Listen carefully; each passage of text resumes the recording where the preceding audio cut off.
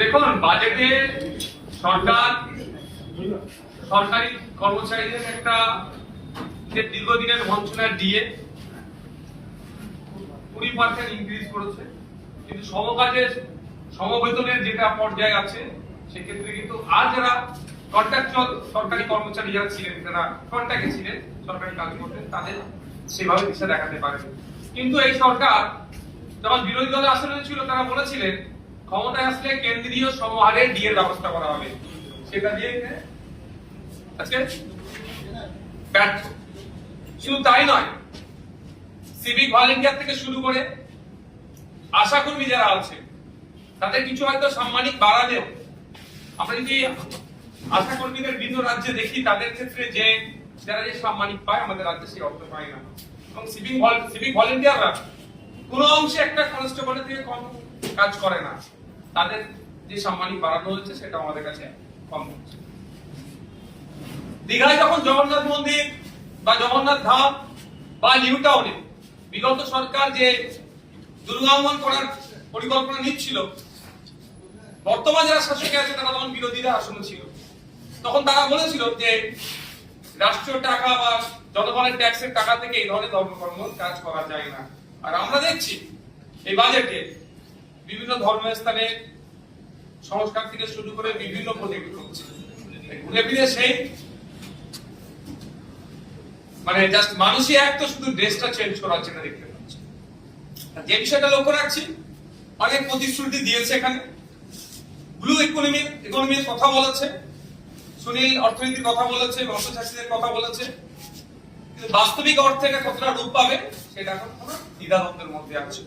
কারণ আমরা দেখেছি অলরেডি সমতলে যেভাবে দু একটা শিল্পপতি গোষ্ঠী কন্ট্রোল করছে, এই ব্লু অর্থনীতির কথা চাপিয়ে সুনীল অর্থনীতির কথা বলে এবারে কি জলটাকেও দখল নেবে, সেই দুটো একটা কোম্পানিকে বরাদ দিয়ে সবটাই কন্ট্রোল নেবে না।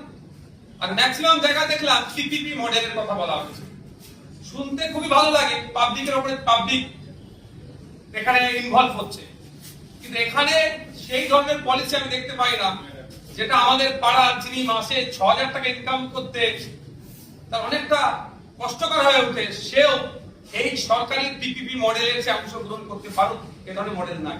পিপিপি বললেও সেই নির্দিষ্ট কয়েকটা শিল্পপতি গোষ্ঠীদের জন্য হয়তো মানে কথা হচ্ছে, অনেক এখানে প্রতিশ্রুতি হচ্ছে। সর্বোপরি যেটা আমি আগে থেকে উপলব্ধি করেছিলাম সারা দেশের পরিস্থিতি দেখে, সংখ্যালঘুদের ক্ষেত্রে যে বরাদ্দ ছিল সেটাকে কাট করা হচ্ছে, প্রায় ৩,০০০ কোটি টাকা কাট করা হচ্ছে। এখন দেখার বিষয় যেটা বরাদ্দ হয়েছে, প্রথমত বলি সেটা ১০০% কাজ করে কি করে না। দ্বিতীয় কথা হচ্ছে সংখ্যালঘুদের ক্ষেত্রে বা মাইনরিটি ডিপার্টমেন্টে শুধু মুসলিমদের জন্য নয়, আরো যে সংখ্যালঘু সম্প্রদায়ের মানুষজন আছে তাদের সাথেও কিন্তু এই বঞ্চনা করা হচ্ছে। এদিকে এদের সরকারের স্লোগান সবকা সাথ সবকা বিকাশ বললেও ভারতবর্ষের সংখ্যালঘু সম্প্রদায়কে ক্রমশ কোণঠাসা করা হচ্ছে, এটা তার জ্বলন্ত একটা প্রমাণ দিলেন। আগামী দিনে নিশ্চিতভাবে বাজেটের উপরে যখন বিস্তারিত বলার সুযোগ দেওয়া হবে, আপনাদের তো লাইভেরও সুযোগ আছে, সে বিষয়ে তখন চর্চা করব। তবে এতটুকু কথা বলবো, বিগত সরকারের দিক থেকে বর্তমান সরকারকে, বিগত সরকার যেটা ছিল তাকে দেখে শিক্ষা নেওয়া দরকার। ক্ষমতার দম্ভ দেখালে পরাজয় নিশ্চিত হবে, শুধু তাই নয়, পরাজয়ের পরে যে বিপর্যয় নেমে আসবে সেটা কিভাবে সহ্য করবে সেটা তাকে শিক্ষা জানা দরকার।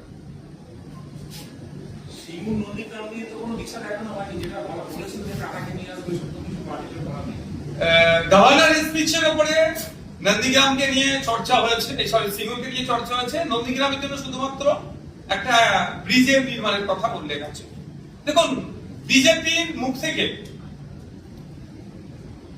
সিঙ্গুর শব্দটা যত কম আসবে আমার মনে হয় ততই ভালো, কারণ সিঙ্গুর থেকে টাটাদেরকে উচ্ছেদ করার যদি মুখোশ হয়ে থাকে মমতা ব্যানার্জি, মুখ কিন্তু বিজেপি।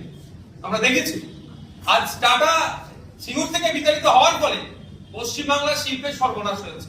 আমি বলেছিলাম যতদিন মমতা ব্যানার্জি পশ্চিমবাংলা থাকবে শিল্পপতিরা ইনভেস্ট করবে না, ওই বিশ্ববঙ্গ বাণিজ্য সম্মেলন হবে, খাবে দাবে চলে যাবে।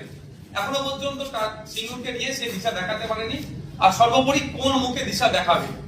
যারাই টাটাকে দাঁড়িয়েছে তারা কিভাবে এটা দিশা দেখাতে পারে? অ্যাট এ গ্লান্স আপনার বাজেটটা কি মনে হচ্ছে? প্রথম দফায় দেখে পুরোটা হয়তো পড়া সম্ভব হয়, কিন্তু দেখে অ্যাট এ গ্লান্স আপনার কি মনে হয়? কিছু চমক আছে, কিছু চমক আছে। আর এই যে ব্যর্থতা এই বাজেটের মধ্যে আছে, ব্যর্থতা ঢাকা দেওয়ার একটাই জায়গা, সংখ্যালঘুদের ফান্ড কেটে দেওয়া হয়েছে, মুসলিমদের ফান্ড হিসাবে।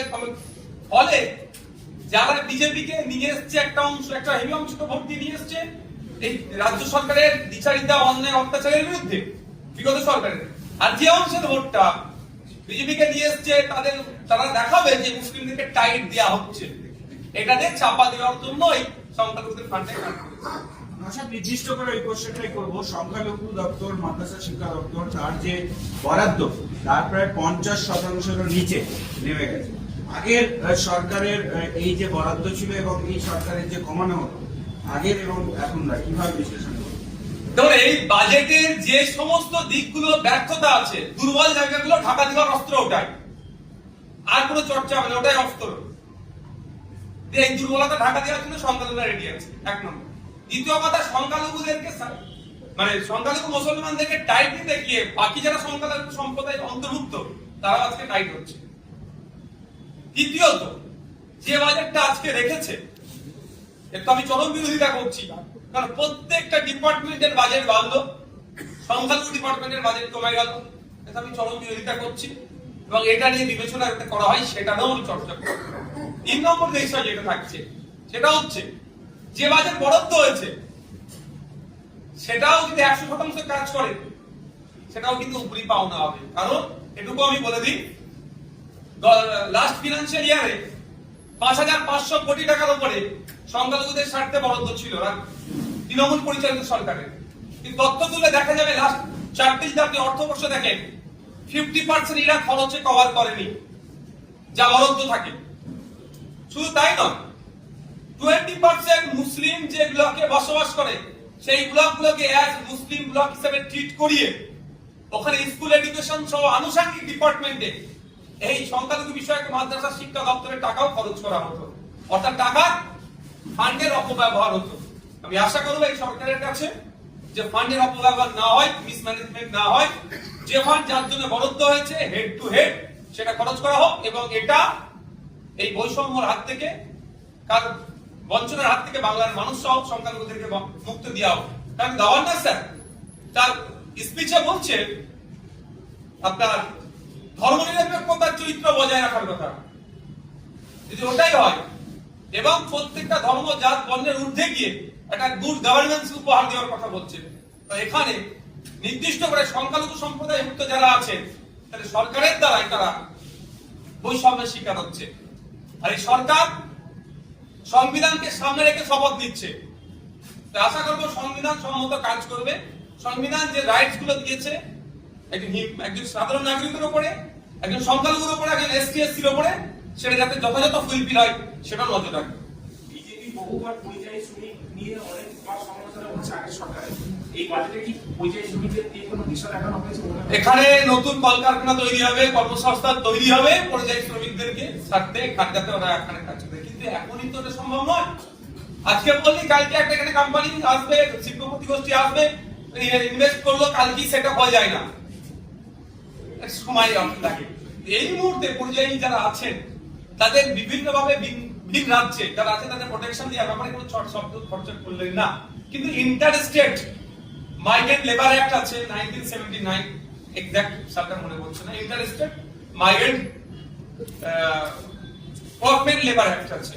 সেই অনুযায়ী যে আমার রাজ্য থেকে একজন শ্রমিক ভিন্ন রাজ্যে যাচ্ছে তার সমস্ত রকমের নিরাপত্তা থেকে শুরু করে চুক্তি যেটা সেটা যাতে ফুলফিল করে, ভিন রাজ্যের সাথে কেমন যোগাযোগ থাকবে, ভিন রাজ্য থেকে আমাদের রাজ্যে যদি কেউ কাজ করতে আসে তার ক্ষেত্রে আমরা সেই সিকিউরিটি দেবো, নিরাপত্তা দেবো, সে নিয়ে কিন্তু কোনো চর্চা হলো না। কিন্তু ভোটের সময় সেই সময় ভিন রাজ্য থেকে ভোটারদেরকে নিয়ে আসা, তদারকি করে নিয়ে আসা, তাদের জন্য স্পেশাল ট্রেন অ্যারেঞ্জ করা, সবটা হলো। তারা ভোট দিল, তাদের ভোটের জন্য একটা অংশের ভোটের যদি সরকার পরিবর্তন হলো, কিন্তু সরকার পরিবর্তন হয়ে যাওয়ার পরে তাদেরকে নিয়ে সে অর্থে আর চর্চাই হলো না।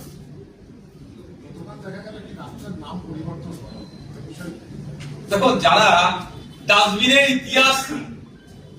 ইতিহাস না পেয়ে বাঁচতে চাইছে তাদের কাছ থেকে এর থেকে বেশি কিছু আর পাওয়া যায় না।